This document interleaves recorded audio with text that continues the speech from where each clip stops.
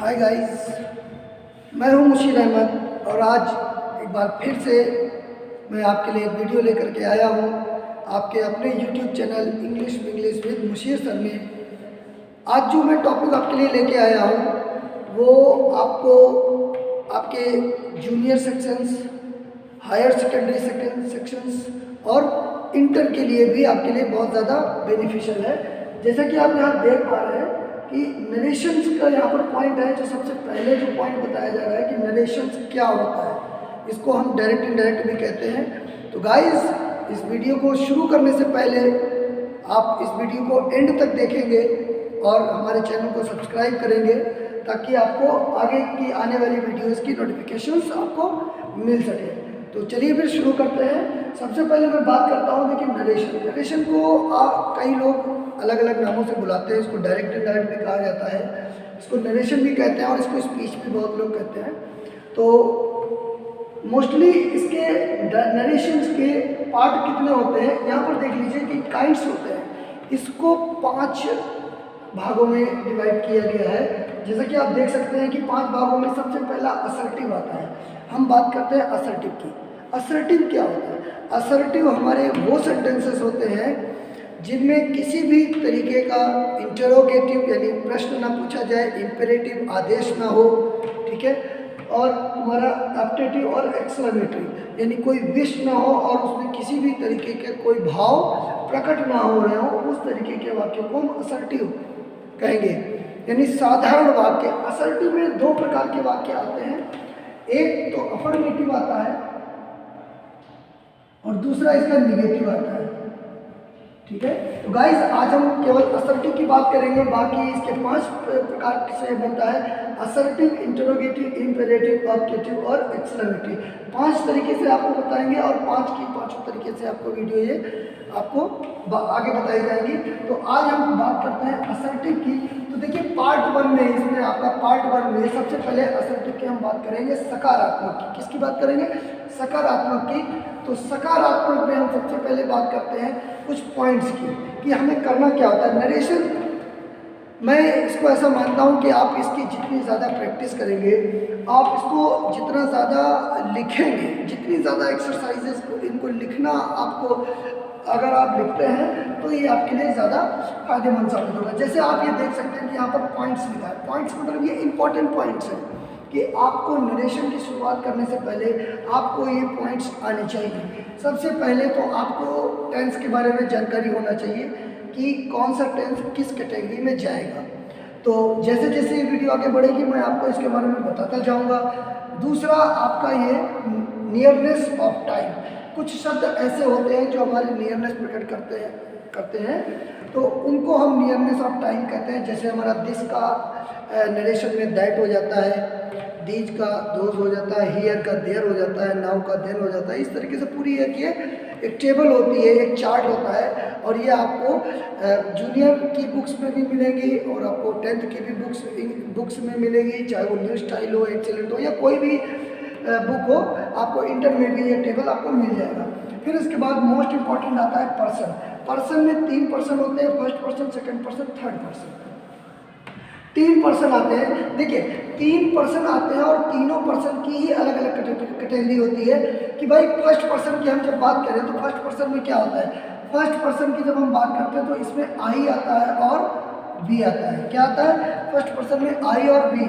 और हमारा second person जो आता है तो सेकंड पर्सन में हम यू को रखते हैं। किसको रखते हैं?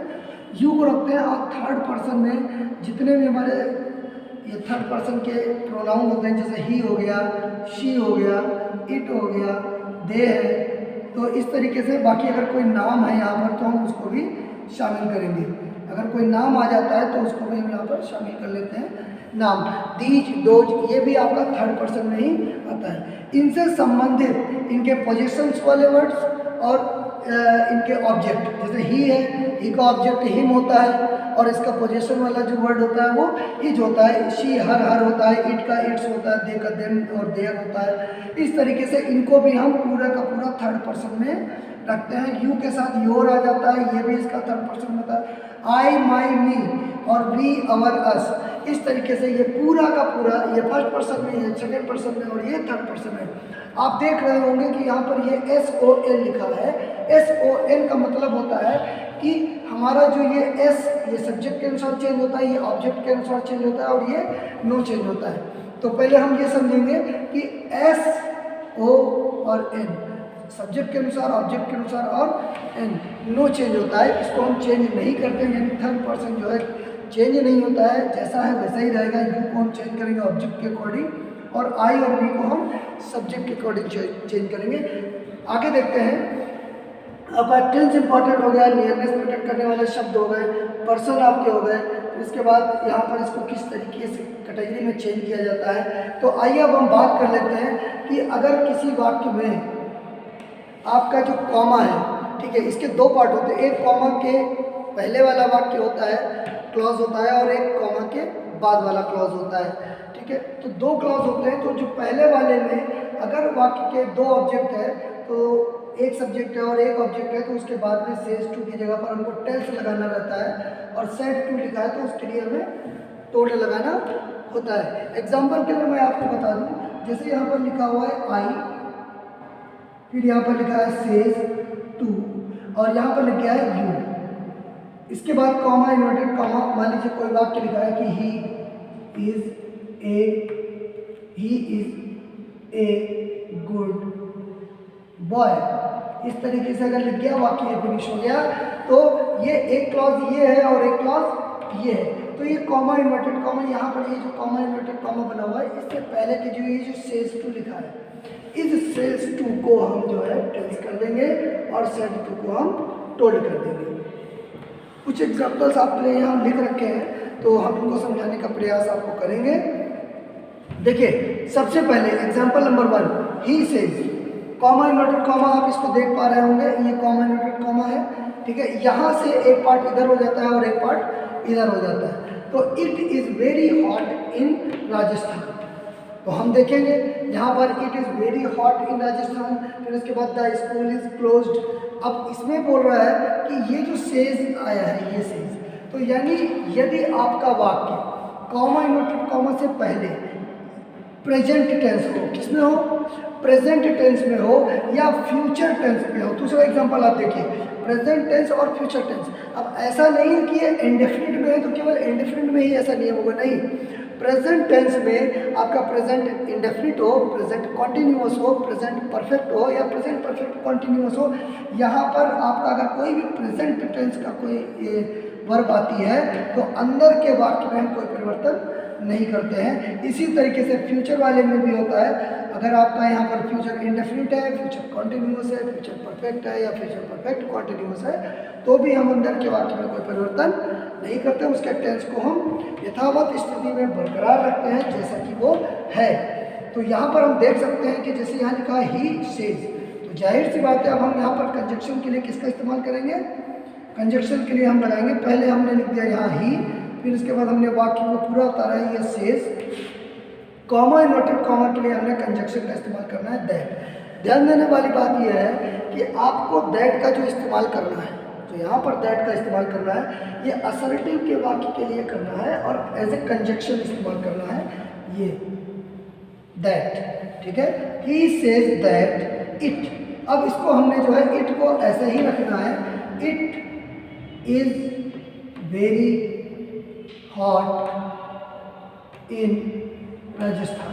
तो हमने देखा कि हमने वाक्य को बिल्कुल भी चेंज नहीं किया, बिल्कुल उसी तरीके से उतार के रखा है। तो हम ये आपको बताना चाहते हैं कि नरेशन चेंज करते वक्त आपका अगर कॉमा से पहले वाला वाक्य प्रेजेंट टेंस में हुआ या फ्यूचर टेंस में हुआ तो हम वाक्य के अंदर में कोई परिवर्तन नहीं करेंगे। उसकी और भी कंडीशंस हैं। अगर आपका अंदर वाला वाक्य यानी इन्वर्टेड कॉमा के अंदर वाला वाक्य जिसको हम बोलते हैं रिपोर्टेड स्पीच, क्या बोलते हैं, रिपोर्टेड स्पीच, इसके पहले वाले कॉमा के पहले वाले वाक्य को हम बोलते हैं रिपोर्टिंग स्पीच और उसको बोलते हैं हम रिपोर्टेड स्पीच। तो अंदर के वाक्य को हम जो है बिल्कुल नहीं बदलते हैं। कब, जब प्रेजेंट टेंस हो या फ्यूचर टेंस हो। उसके बाद आपका जो एक वाक्य हो जाता है, मैं आपको यहाँ दिखाना चाहता हूँ कि जैसे यहाँ वाक्य लिखा है, my father said the sun rises in the east. मुझे ये लग रहा है कि जो सूरज है वो पूर्व में निकलता है। और ये एक यूनिवर्सल ट्रुथ है, यानी ये एक सार्वभौमिक सत्य है, ये ऐसा सत्य है जिसको कभी बदला नहीं जा सकता है। तो इसलिए इसको भी हम चेंज नहीं करते। तो हमें क्या पता चला कि यूनिवर्सल ट्रुथ है तो हम उसको चेंज नहीं करेंगे। अगर कोई हैबिचुअल एक्ट है, यानी हैबिचुअल वाला कोई सेंटेंस है, जैसे आप नीचे देख रहे होंगे कि dogs bark at the stranger, कुत्ते अजनबियों पर भौंका करते हैं, तो ये बिल्कुल फैक्ट है और ये एक हैबिचुअल आदत वाला सेंटेंस है, तो इसलिए हम इसको भी चेंज नहीं करेंगे। और अगर कोई हिस्टोरिकल फैक्ट है, जैसे यहाँ पर लिखा है कि प्रेमचंद रोट मैनी नॉवेल्स, तो प्रेमचंद ने कई प्रकार के जो है उपन्यास लिखे हैं, तो ये भी एक हिस्टोरिकल फैक्ट है, ऐतिहासिक तथ्य है, तो इसमें भी हम कोई परिवर्तन नहीं करेंगे। तो परिवर्तन क्या करेंगे? परिवर्तन हम सिर्फ इतना करेंगे कि यहाँ पर ये जो कॉमा इन्वर्टेड कॉमा है, ये कॉमा इन्वर्टेड कॉमा यहाँ पर, ठीक है, केवल हम इसमें परिवर्तन करेंगे। यहाँ पर हम दैट का इस्तेमाल कर लेंगे। केवल किसका इस्तेमाल करेंगे? यहाँ पर दैट, यहाँ पर दैट, और यहाँ पर भी दैट, यहाँ पर भी दैट। बाकी पूरे वाक्यों को जैसे ये लिखा है, मैं आपको बता देता हूँ, he will say that the school is closed. हमने वाक्य को बिल्कुल वैसा ही रखा। क्यों? क्योंकि यहाँ पर विल लिखा हुआ है, ये फ्यूचर टेंस है। आपका रिपोर्टिंग जो स्पीच है वो फ्यूचर टेंस में लिखी हुई है, इसलिए अंदर के टेंस में हम कोई परिवर्तन नहीं करेंगे। अब हम बात कर रहे हैं अगले एग्जाम्पल की। माई father said, comma inverted comma लगा हुआ है, इसमें लगाएंगे that. My father said that. फिर इसके बाद ये तो है यूनिवर्सल ट्रुथ, इसको भी हम नहीं चेंज करेंगे। The sun rises in the east, ऐसे ही उतार देंगे। फिर इसके बाद हरी सेड, एग्जाम्पल है, Hari said comma inverted comma Premchand wrote many novels. तो ये हिस्टोरिकल है क्योंकि ये ऐतिहासिक बात है, इसलिए इसको भी हम सेम एज इट इज उतार देंगे, इसमें कोई भी चेंज हम नहीं करेंगे। केवल यहाँ पर कॉमा इन्वर्टेड कॉमा की जगह पर हम दैट का इस्तेमाल करेंगे। देखिए, ये मैं वो सेंटेंसेस आपको बता रहा हूँ जिनमें कोई बदलाव अभी नहीं किए जाएंगे। बाकी जैसे ये आपके नियरनेस, टेंस, पर्सन किस में चेंज होते हैं, ये आपको हम अभी आगे बताएंगे। आगे देखिए एग्जाम्पल, इसमें the mother said comma inverted comma dogs bark at the stranger, कुत्ते अजनबियों पर भौंका करते हैं। तो ये हैबिट हो गई, ये उसकी आदत है। कुत्तों की ये आदत होती है कि अगर कोई अजनबी देखेंगे तो ये उस पर भौंकेंगे। तो इस तरीके से आप सबसे पहले आपको इतना समझ में आ गया होगा कि हमको किन वाक्यों की नरेशन नहीं बनानी रहती है। तो हम यहाँ पर देखेंगे, इसका स्क्रीनशॉट ले लीजिए, इसके बाद हम आगे आपको समझाने का प्रयास करेंगे। तो आइए कुछ और एग्जांपल्स की हम बात कर लेते हैं यहाँ पर।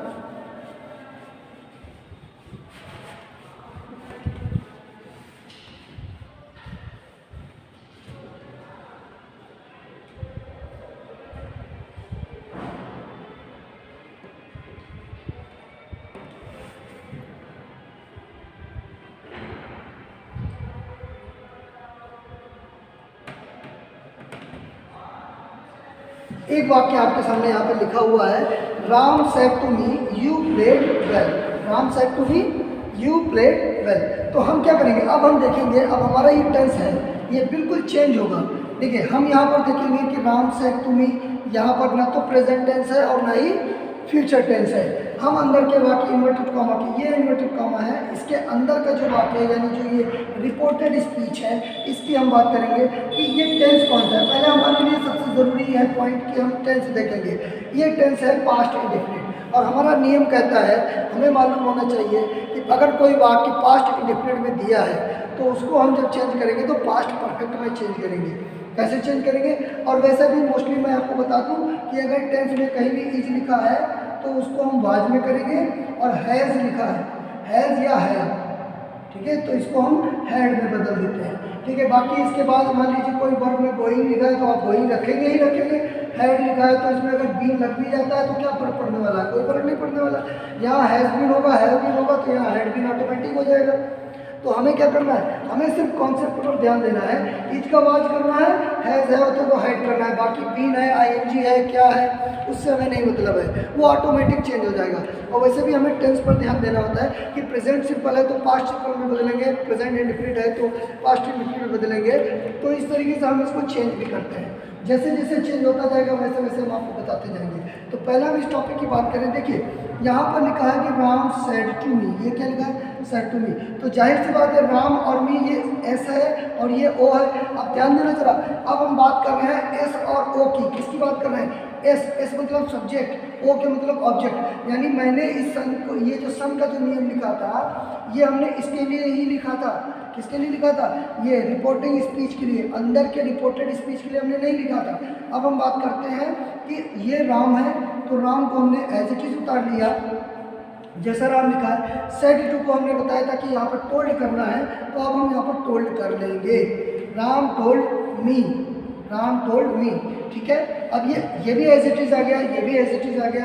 कॉमा इन्वर्टेड कॉमा के लिए मैंने बताया कि हम देखेंगे कि अंदर का वाक्य हमारा असर्टिव है या नहीं है। बिल्कुल असर्टिव है, देखिए ना, बिल्कुल असर्टिव है। यहाँ पर यू प्लेड वेल, तो असर्टिव है, असर्टिव मतलब, और असर्टिव में कौन सा असर्टिव, ये अफर्मेटिव है। तो अफर्मेटिव में हम देखेंगे कि you played well, past indefinite है, तो यू की हम बात करते हैं, ये यहाँ पर सब्जेक्ट की पोजीशन पर है। किसकी पोजीशन पर है, सब्जेक्ट की पोजीशन पर। अरे भैया सुपरवाइजर अगर निकलेगा तो नौकरी, दूसरा जो बच्चा आएगा जो नौकरी करने के लिए आएगा वो सुपरवाइजर ही तो आएगा कि मैनेजर आ जाएगा, मैनेजर नहीं आएगा। जो पोस्ट खाली होती है, जो जगह खाली होती है, हमको वही भरना रहता है। तो नरेशन में भी हमको यही नियम फॉलो करना है।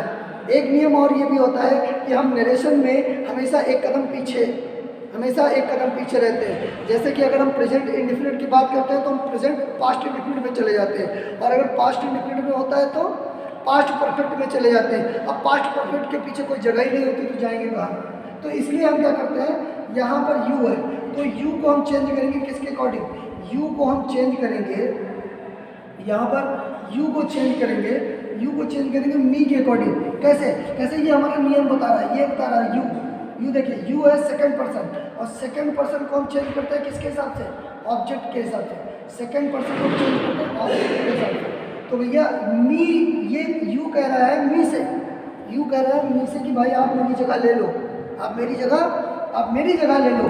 तो मी ने कहा ठीक है भाई आप चले जाओ, मैं आपकी जगह ले लेता हूँ। तो राम टोल्ड मी, अब हो गया मी। इधर जब आएगा तो यहाँ पर हम पहले दैट लगा लेंगे, जैसा कि पहले ही बताया है कि कंजक्शन जो है आपका दैट ही रहेगा असर्टिव में।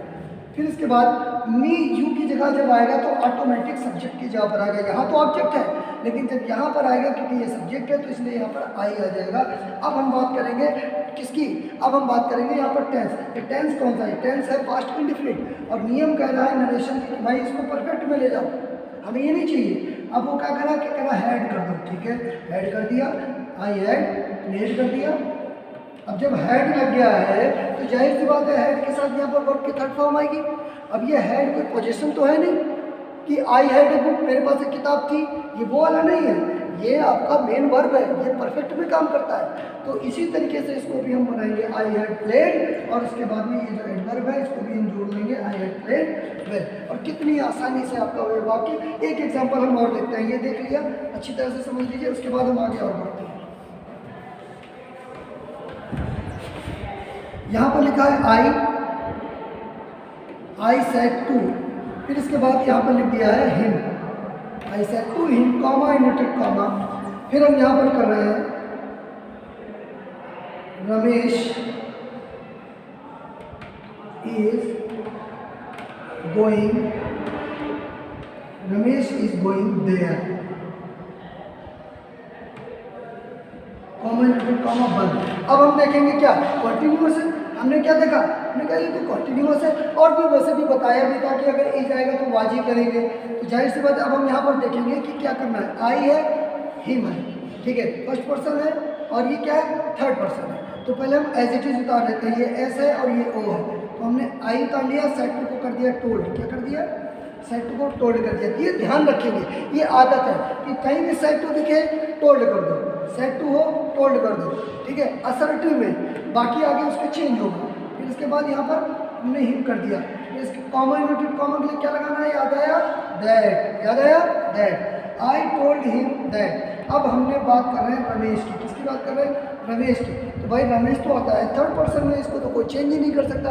अब रमेश का हम राजू थोड़ी ना कर सकते हैं, तो हमने क्या करना है रमेश को रमेश ही लिखना है, ठीक है। I told him that Ramesh, each का तो वाच करना है भाई, ये तो करना ही पड़ेगा, ठीक है। क्यों? क्योंकि यहाँ पर टोल्ड लिखा हुआ है, ये सेड टू है, अंदर के वाक्य को चेंज करना ही पड़ेगा। और ना तो ये कोई यूनिवर्सल ट्रूथ है, ना तो ये कोई हैबिचुअल फैक्ट है, ना ही इसमें कोई हिस्टोरिकल फैक्ट है, तो कुछ भी नहीं है। तो इसलिए हमको इसे चेंज करना पड़ेगा, इज का वाच करेंगे।